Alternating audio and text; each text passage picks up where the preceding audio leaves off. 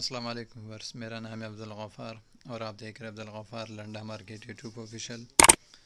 ये जो है ना मर्दाना एमओसी जिसको कहते हैं वूल कोट वाला मर्दाना शॉर्ट, ये शॉर्ट वूल कोट है मर्दाना एमओसी।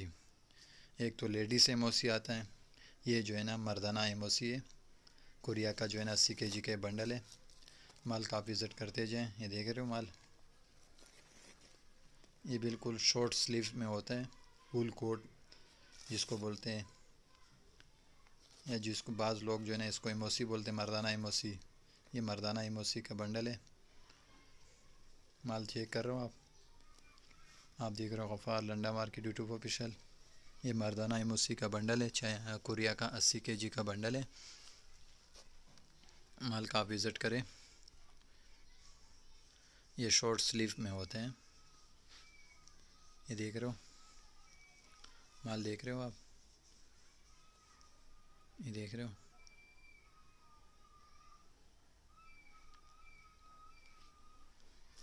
ये देख रहे हो, ये मर्दाना एमओसी का बंडल है शॉर्ट स्लीव में, लॉन्ग स्लीव में नहीं है, शॉर्ट स्लीव में। एक लेडीज़ एमओसी आते हैं ये, लेकिन ये मर्दाना एमओसी का बंडल है।